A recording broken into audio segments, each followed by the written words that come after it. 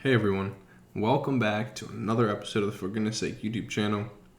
As always, I'm your host, Mesfit Teklu, and I'm really excited to kind of talk about what we have going on today. So, since we last seen each other, since I last made a video, we've kind of had a lot going on. As you can see, I look different. I actually have had not one but two haircuts. One just kind of didn't sit right with me, so then it was time to start anew. I've had time to have that hair grow back a little bit, and we're already getting messy and a little bit curly again. I've grown a full beard. I grew a no shave November beard, so I grew a beard all November long. Didn't shave it once, and then I shaved that all off, and I've had time for it to grow back a little bit again already. So those are two ways that we can measure how long it's been since we've seen each other. And another way is the insane, kind of really unprecedented election we just all went through last month, and we feel like we're still living through it. It's really weird. It's a really weird time. It was one of the most intense elections I've ever experienced, and I'm sure a lot of people have experienced. I mean, I've only experienced so many, but I'm sure a lot of people would agree that a lot of people older than me that was really, really intense, and it was one of the more polarized moments in our history, and I think that maybe going forward we have a chance to kind of come down. That entire energy around waiting and seeing what's happening and not knowing for days and days, and then having states that started off looking like they were going for Biden and then switching all the way to Trump, like Florida, for instance, and then had the exact opposite happening for states starting off going for Biden and then swinging, and by the last countdowns, they're ending up voting for Trump. I'm sorry, they started going for Trump, and then they ended up few counting, the last percentages being counted, they ended up swinging over and voting for Biden. It was just such a weird time. We've never seen an election take place like that, with all the mail-ins and just days and days just waiting. Even in 2000, when we didn't know who the president was up until like December or something, it wasn't because we had all these slow trickles of votes coming in. It was because there was, court contesting, recounts and all these different issues with one state in particular. Everything else was, we knew, what was happening. So, really, really weird election, capping off a weird year, unprecedented year, capping off an unprecedented presidency.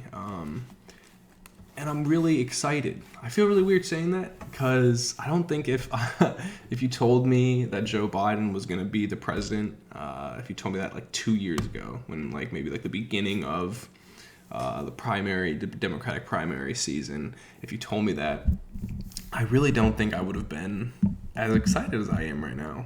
But a lot has changed since then, and I love this quote, and this is, I guess, a bonus quote of the day from Jemele Hill, who has an amazing saying that I've stolen since I've heard it from her many years ago. She says, "As the facts change, so does my opinion," or so do my opinions, in the plural sense. I love that saying, and that's kind of exactly what's happened for me with Joe Biden. His facts have changed. The facts about him as a person since he was a vice president, since he was a senator making decisions that maybe a lot of us have scrutinized him for on the left, on the right, far left, far right, centrists probably are like, that's all right. That's okay too. No judgment. So he's changed since he was a senator. He's changed since he was a vice president. And also, he's changed as a Democratic candidate for president. And I'm really happy about that. I'm happy about his evolution and his evolving into a candidate that's trying to bring the country together. I'm really excited about our opportunity to see this happen, to see this Joe Biden presidency going forward. If you guys have watched any of the debates, it was really funny how he kind of just got ripped from everybody. It was like Elizabeth Warren would kind of roast him. Kamala Harris kind of like really took a jab at him, and almost like people thought it might be the end of his presidential run. With she brought up like his decision not to federally fund busing, integrated busing, for kids in California. And I mean, like, it seemed like his campaign was over. And he just kind of kept taking these wall-ups from all sides, from the progressives, from, people that are just like, this dude's old, like, and he's, like, washed up, like, he looks bad, he looks like his words are terrible. Like, I mean, he's just, like, fumbled on his words. I mean, it's just a lot of things that he was dealing with. And he just didn't really strike back.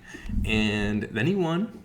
A lot of things happened in between there, but then he won the candidacy, and then he started to build a platform, like a real platform. He didn't really have a great platform before that. He was just kind of like the centrist candidate, the candidate who could beat Trump, and the candidate who would like return America to normal. Like those were like his three things that he was running on.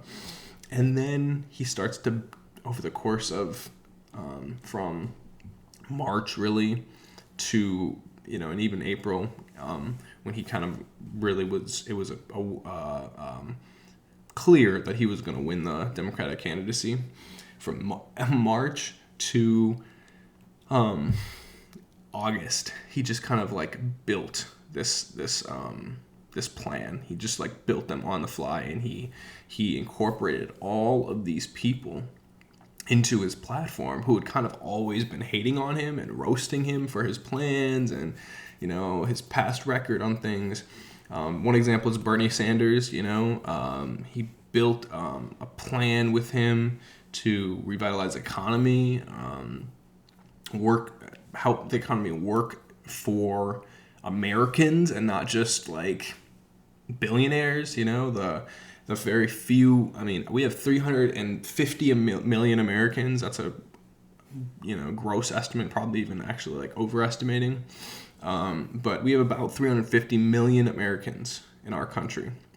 And we have 600 billionaires. And what I'm excited about is Biden is actually trying to make our giant economy work for that 350 million and not just that 600. He worked with Bernie Sanders to create a plan to do that. He worked with AOC to create a plan, and the Sunrise Movement. Both AOC and this group called the Sunrise Movement, very active about climate change and political dialogue, and trying to get policy passed and politicians in office who support policies that are surrounding climate change. So worked with those two, Sunrise Movement and AOC, who have both been extremely critical of him. I mean, AOC said that if we were in another country, me and Joe Biden wouldn't even be in the same political party, which she's just right. Other countries have more parties, and the far left is different from the center left, and the far and the center right is different from the far right. I mean, it's just the truth. So, but what he did was honestly something he didn't have to do. He won the presidency or the candidacy to the presidency. He did not need to reach out to anybody else. He could have just said, I'm going to do this my way. Centrism, centrism, centrism. And he still is kind of moderate, he's not saying that in any of these plans that I'm going to do everything that the far left progressive people want me to do. But he's also doing a lot more than ever has been done really since FDR, honestly. So Bernie Sanders kind of get a more fair economy, AOC and the Sunrise Movement to try and create a more green future and try to keep a future alive for a lot of our kids and grandchildren, maybe even people my age. I don't really know. We could live a long time, and 100 years does not seem very good on the weather forecasts for that time. So it could be us. So works with those two categories. Worked with those people to get those two categories of things improved. And then the third thing is he worked with the Congressional Black Caucus and just other black groups to try and make the country better for African Americans. And the fourth thing that he also is doing that didn't really require a lot of outreach. Like he didn't really have to build a bridge for this, but he's also talking about things like the Fourth Industrial Revolution, which if you're an Andrew Yang fan, you totally know what this is. If you remember the Yang Gang, I really should say that just to respect our creed. The Fourth Industrial Revolution, in a nutshell, is basically like the introduction of advanced machinery and artificial intelligence into our workforce, and how that can actually push humans out of places in the workforce. That actually is already doing that, and on top of that, there's a lot of other parts to it, like accelerated urbanization, where people are leaving their small towns or their rural communities and they're going to the city. And then what happens is there's no one in those small towns and rural communities to have an economy there. And a lot of times what's happening there are opioid crises, heroin epidemics.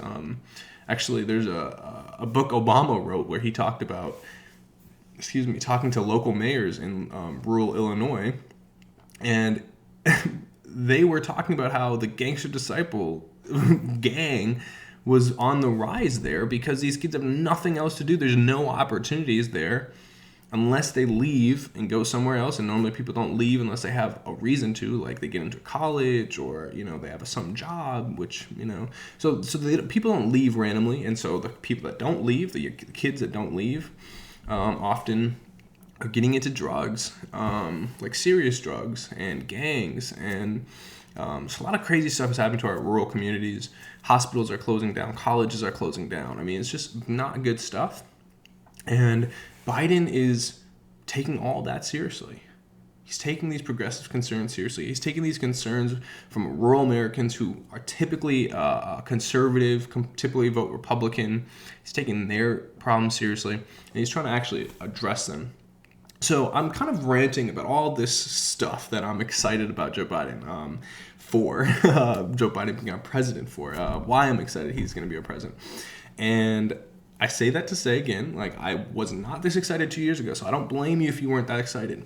In fact, going to our next point that I want to make, I don't blame you if you weren't excited for him to be president compared to Donald Trump. Now, I have tons of issues with you. I disagree with you vehemently in many ways, and I think that there's a lot of things that you're misguided and just wrong about, flat out wrong. But that's behind us now. We can truly just put that behind us. Right now, we have an opportunity to do a few things. First of all, we have an opportunity to just take a breath. We have an opportunity to just settle down for a minute. We've had a long time of just yelling at each other, fighting with each other, feeling like every conversation we're going to have that relates to politics or policy or any social issue in the news that we see, it's going to blow up and become some fight in our faces. We can just kind of calm down for a minute, all right? We have a president who is old, boring. He's not a great speaker. He's just going to make gaffes. So watching him speak and, it's kind of going to be funny more than anything sometimes. Of course, he's good-hearted and he wants to do things right. So I'm not trying to bash on everybody who has like literal speech problems. Like he's had a speech issue since he was a child. It's nothing to make fun of. I'm just saying like it's not going to be like we watch him and he's going to like make us fired up to go fight the other side. All right. He's going to try and make sure that we don't have sides to fight against. Whether or not that's successful is completely, probably not even under his control, but there's no way I can know it from right now. I'm just saying, when we watch what he says and what he thinks and when he tells us what he thinks, we're not going to want to just go out and like start a riot or like go fight somebody. You know what I mean? So that's a good thing. That's a really good thing. Even if we disagree exactly with everything that he says, we're not going to want to fight people over what he says. So that's a good thing. So let's take a breath and appreciate that. So we can come down a little bit on these polarized issues that we have. We have a lot of issues with each other. We can kind of just come down a little bit. Joe Biden is this dude that's open to making deals and working with the right just as much as he's open with working with the left. He does have progressive policies that he's trying to push. and he's also caring about what he can get done for the right to get that done that he wants. He's somebody who's actually he's from a kind of a different era of politics where everything isn't left aligns here and the right aligns here on these issues. He's from an era of politics where people work and they're complicated and they go back and forth and making deals with the left, or if you're on the right, or making deals with the right if you're on the left, is like the most kind of highest achievement that you can have as a senator from his era. And I kind of think he's crazy for in some ways for really thinking that he can actually get something done with Mr. McConnell or something like that. But I believe in him in this crazy, weird, optimistic way. I believe in him. So I'm suspending my disbelief. I'm suspending my anger as much as I can, my madness about different issues, and my excitement about wanting more to be done. I'm letting it go because I know that it's going to be tough with a Senate that's not going to be a clear majority. At best for Democrats, it's a 50-50 split. At best for Republicans, it's a 52-48 split. It's going to be very, very close. We are going to have to be bipartisan as a country if anything gets done. And if we are not bipartisan, nothing will get done. So it can't get any worse. I mean, certain issues like with time will get worse, but I guess so. That's true. But the point is that nobody's going to come in and just wipe away everything and radically change our history. That's not going to happen. Your guns are safe. Abortion is most likely protected.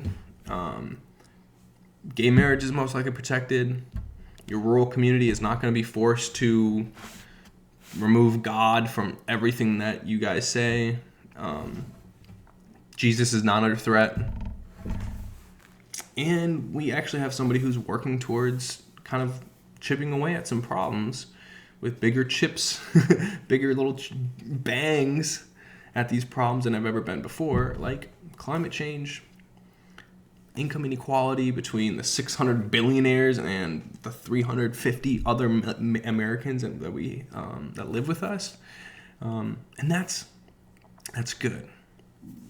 So that's our first opportunity. I know that was a long one again, but that's our first opportunity. We can come down on some really important issues that we care about.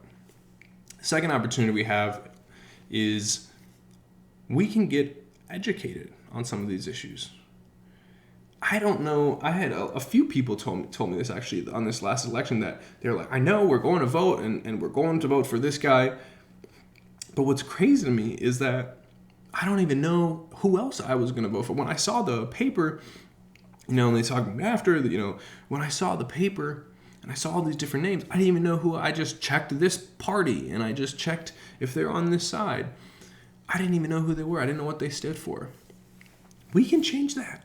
We can change that. There are elections in 2 years to decide more who's going to be in our Congress, who's going to be our senators, who are going to be our Congress, House of Representatives, our congressmen and congresswomen in the House of Representatives. We have elections again in 4 years. Bonus quote of the day again. You guys are going to get 3 at least. If I keep going, you might get more. Another quote that I really like, I heard it from Rich Roll first. I'm sure he heard it from somewhere else, but that's a really good quote. People overestimate what they can do in a day. We overestimate what we can do in a day, and we underestimate what we can do in a year. I really like that. We overestimate what we can do in a day. That's me. I'm always like, I can do this, and just get it all done, and I do like one of them. And we underestimate what we can do in a year.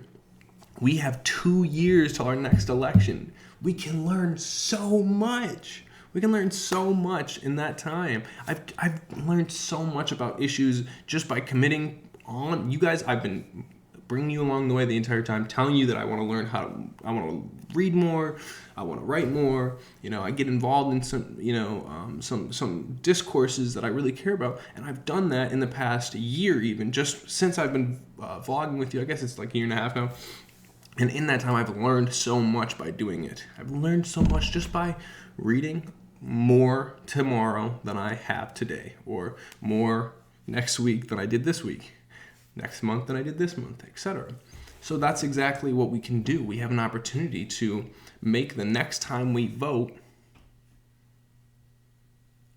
a vote that we are actually really, really educated on. And maybe we're not passionate about it because there's no candidates that were really the one that we really want to, but at least we knew going into it that what we wanted and why this person that we're voting for fails in these areas and why they succeed in these other areas that we do want. So we have an opportunity to get educated about issues we are caring about and we want to change.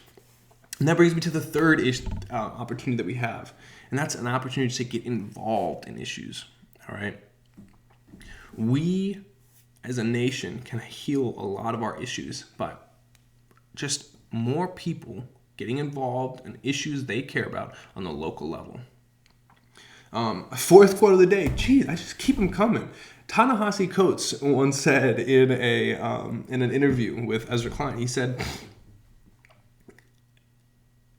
basically he was saying that he does a lot more to be a citizen, to change policy and to be an active member of the political system than just voting. And his metaphor that he says, he's like, voting is kind of like wiping my butt. That's what he says. He's kind of like wiping my butt, taking out the garbage, cleaning the toilet. It's not really something I like to do. It doesn't really give me some good feeling afterwards, but I know it's important, so I do it. And I make sure I do it well so that I feel good enough afterwards, so there's no lingering effects or lingering problems. But it's not something that I just enjoy doing. We as a country can do some work before the next elections, right? 2 years, that's a lot of time. Do some work. You can do a lot of work in 2 years. And in the next presidential election, that's 4 years, even more, So we can do work, and it won't always be fun. But in a way, it could be a little bit more fun than voting, because in voting, you definitely just feel like, oh, well, this is just, this one day and just these people I don't really like. I wish I could have more of an impact.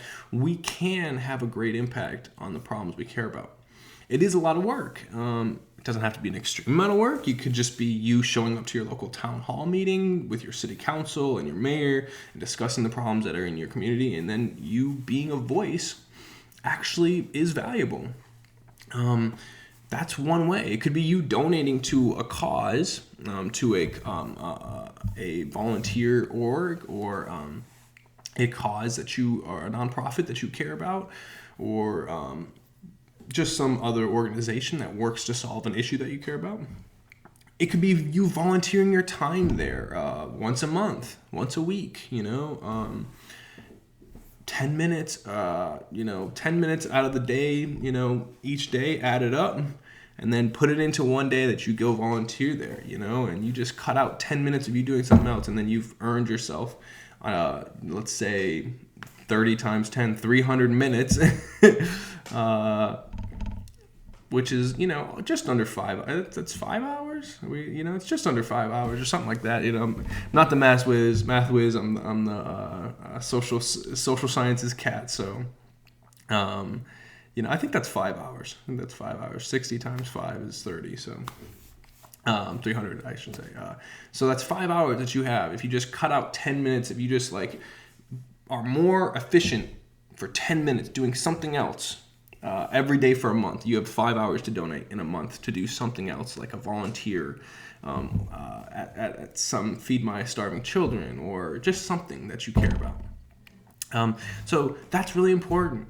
These things that we kind of well, I couldn't ever help, abortion, become, I don't really know, I can help protect women's reproductive rights. I could never help, protecting the Second Amendment, or, anything like that. We can actually, and it's not by just voting for a president, although that's part of it. It's not sufficient to just vote for a president. It's also very important to to research these issues. Like I said, get more informed about them, and then also to make your voice heard at a local level, either by showing up at meetings with your representatives at a local level, or by getting involved with the local community organizations that are working to solve these issues at your level as well, in your area. And it actually is much, mathematically, as I just say, I'm not a huge math whiz. Mathematically, your vote and your voice and your action means a lot more at that local level than it does in the national level. I mean, if we think about it, if you go to your local town hall and there are only, let's say there's 25,000 people in your city, and there's only 200 people at this town hall meeting with your 6 representatives or something, you speak at that meeting and you are one of 200 there. Whereas if you go meet the senator that represents your state, one of the senators that represents your state, and they have a rally in your area, and like, let's say even 20,000 people come or 100,000 people come, which is probably more likely.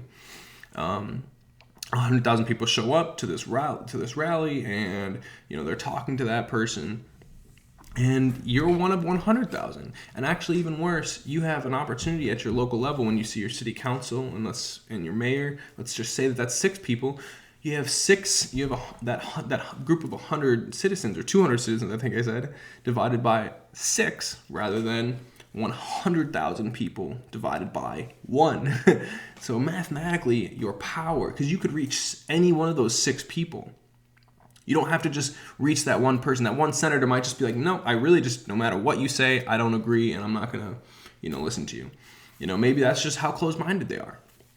That the city council, you have 6 opportunities. Maybe one person on that board is like that, but all 5 probably aren't. So your voice is more powerful at a local level. So getting involved with just going to a meeting once a month, or going to a meeting, this year more than you did last year, going to more meetings than you did last year. Which if it's 0, 1, boom, you've done your part. Maybe do 1 more, Same with volunteering. When you try and get involved with issues at a giant level, at the national level or the world level, there's so much to know that it becomes just really like dehumanizing. Like, you don't know who the individual people are. You care about this issue, but you don't really have any individual people to care about often. And then you, as a human as well, don't feel like your impact is doing anything, has any effect on anyone.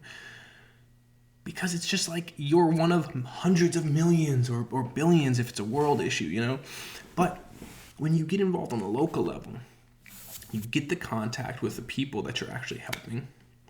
And you're one of like 10 people working on an issue, or 20 or 30 people working on an issue. So all these people that you're working on this issue with, and you can feel the fact that you had an impact one day. And it's like 5 days, it could be crappy and it could be a lot of work, and you're just like, man, I'm tired. I have this other job. I'm studying for school, and I just feel like I don't have enough time to do this. But then you have one day where you do that work and you feel that impact, and it's just like, but this is why I do it. This is worth it. This is worth it. This is why I do this, man. This is just, I love this feeling. So those are the 3 things we have an opportunity to do now that Joe Biden is our president. We have an opportunity to come down to each other's levels on polarizing issues and just kind of take a breath and just be like, it's not the end of the world. All right. 2, we have an opportunity to learn more about these issues that we care about.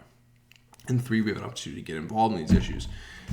We have a long history as a country of being very polarized on issues and wanting to fight each other for it, sometimes fighting each other for it, but figuring out ways to get through it together, advance still and progress, and also work together with people that we don't actually want to. We have a long history of not doing that and just fighting the people that we don't want, that we don't agree with. But we also have a long history of working with people and trying to convince people of our opinion, and sometimes it even has worked. I have a couple examples of, first of all, Frederick Douglass. Frederick Douglass was an incredible incredible human being. He was born into slavery, and he essentially taught himself how to read and write, and then escaped slavery, became a free man, and eventually rose to being a friend of Abraham Lincoln and even a mentor of him in many ways. He wrote with Abraham Lincoln often during the Civil War, and he was pushing him to convince him of, the importance of freeing slaves, all slaves in America, not just the ones you want to work for you, or not just getting the country to come back together and still letting slavery remain. I mean, he was really pushing Abraham Lincoln. Abraham Lincoln had some really white supremacist views. Like he was talking about slaves enjoy being enslaved. That's why they sing. Slaves are better off enslaved. I mean, like some dark views like 20 years earlier. And Frederick Douglass writes him, and they write back and forth, and they kind of develop a relationship. And he is supposedly swayed by a lot of these views that by the end of slavery, by the end of the Civil War, before then, but specifically by the end of the Civil War, when he really says that, like, we have to free all slaves, that's kind of an important step to get him there.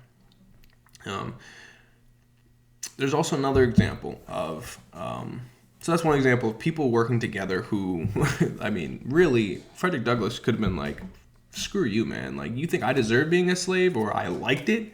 F you, man. Like, just like ridiculous thoughts, that Abraham Lincoln had, but that's what he had, and he chose to help out because he could, because he probably knew that not every former slave can have this conversation. Probably everybody who understands how, a lot of people who understand how crazy that is are probably like, screw you, Abraham Lincoln. I can't, you're just so stupid. I'm not going to talk to you about this. Frederick Douglass was probably thinking, I'm probably one of the few people who are able to breathe and just talk to him. So I'm going to fight to make him, realize how ignorant he is on this issue, because he is. Another example is MLK. MLK, we often think about his civil rights fights, and obviously legendary and important. But there's something else that he did too that's really incredible that he was doing while he was dying. He was working with Southern Americans to help them, trying to get. When he died, he was working on trying to help these garbage workers unionize.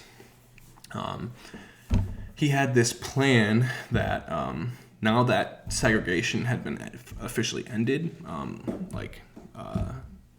by the law, he wanted to get poor whites and poor blacks to come together.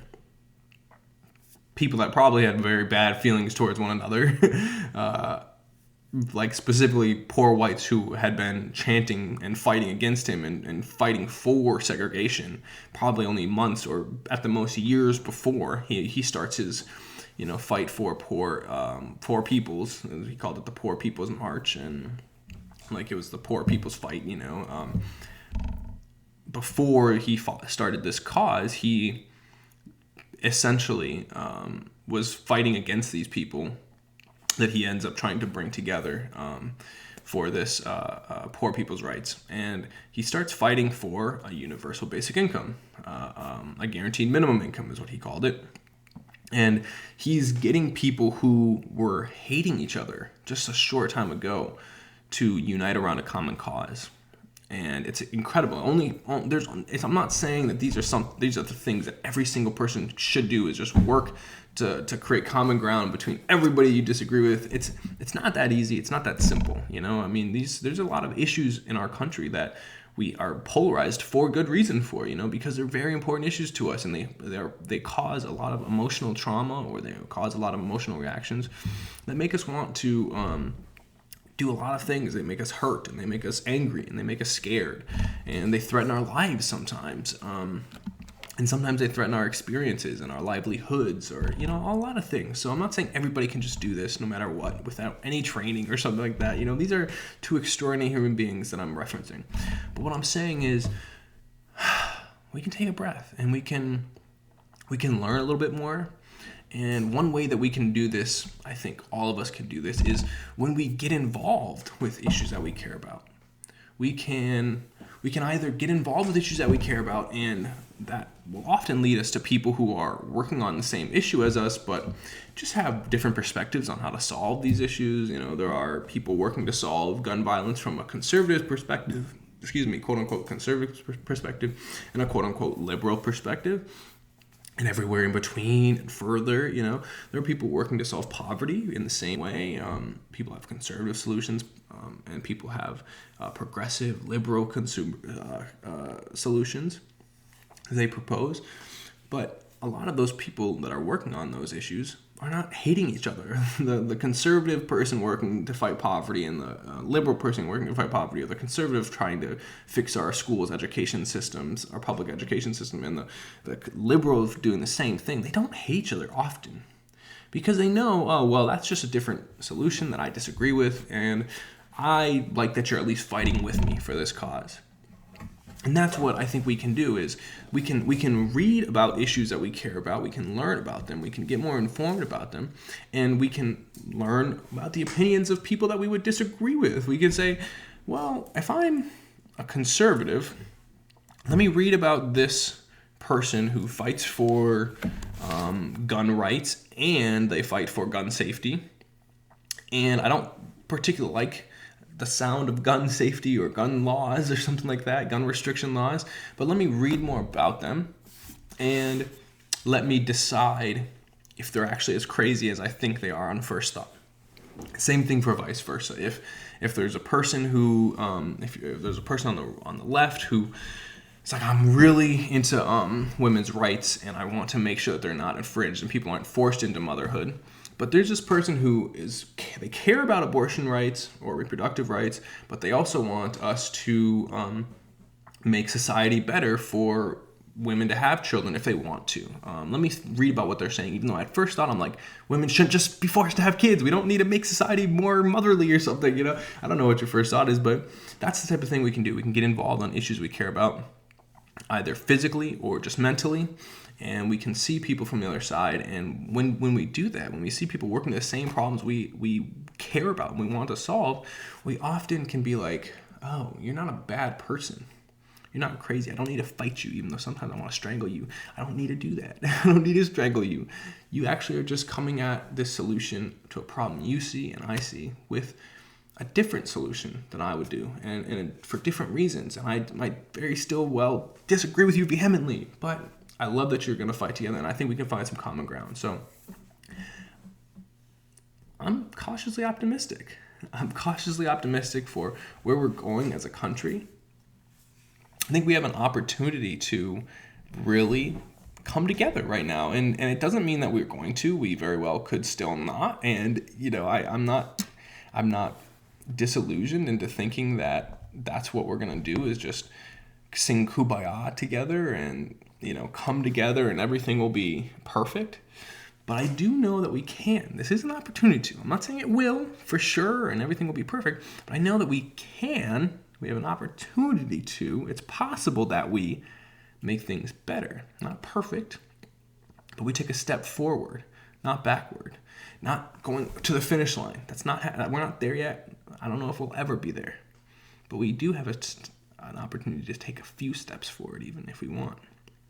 So I'm really excited for seeing how this plays out. I'm personally watching a lot of the cabinet picks that Biden does. I love to see what their people's backgrounds are and what they're into and how they'll try and kind of shape the country going forward, what it's going to be like.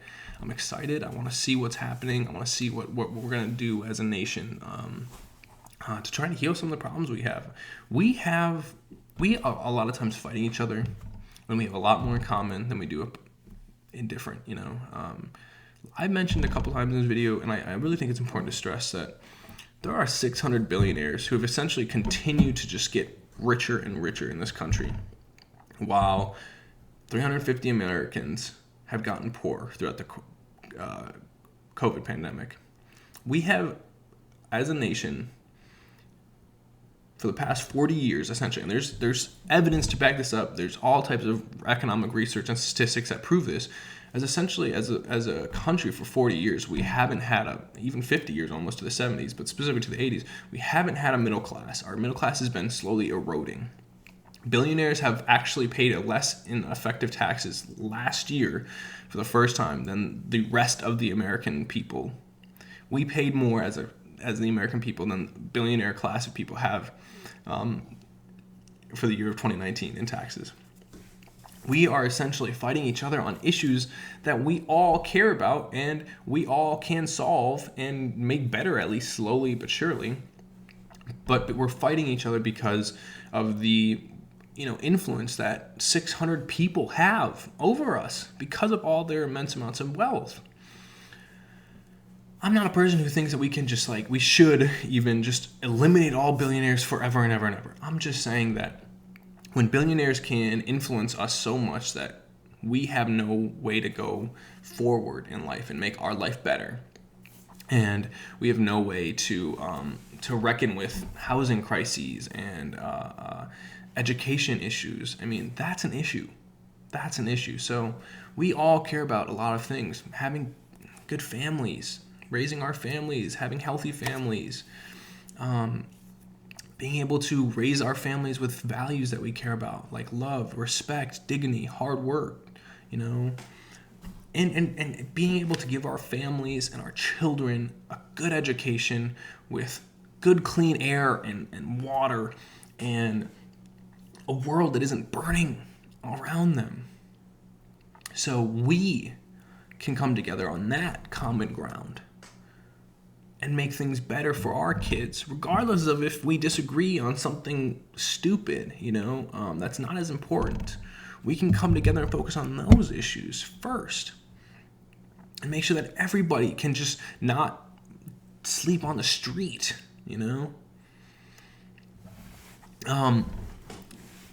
These are things that we can all do together. That I think that the main reason why we don't is because there are people who get richer by keeping us fighting. If we fight about some name like defund the police, they are richer because they don't have to change and put it more into their pot, into the pot of the American pot of taxes, so we can fund housing for people that can't live on their own or have mental issues, and we can't fund institutes that we can help people heal with their substance abuse issues or mental health issues, because these billionaires aren't putting their fair share in, and because we waste a lot of the money that we already do have in taxes on giving things to billionaires, and the more we fight about things, the more they continue to benefit off that system. So I'm going to leave it at that.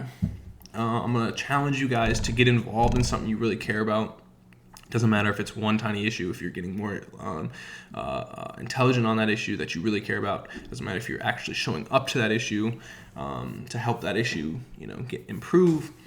That's what I'm challenging you guys to do. In whatever capacity you can, make a step. Make a step. Take a breath and make a step. Quote of the day is by Howard Thomas. Don't ask what the world needs. Ask what makes you come alive and go do it. Because what the world needs is more people who have come alive. One more time, don't ask what the world needs. Ask what makes you come alive and go do it. Because what the world needs is more people who have come alive. As always, I'm your host, Masman Teklu. Really appreciate you coming back again. I'm really excited to see you again next time. Come alive. Join us. Fight. Fight for something you're passionate about. Do what you love. It will change your life. All right, until next time. Much love.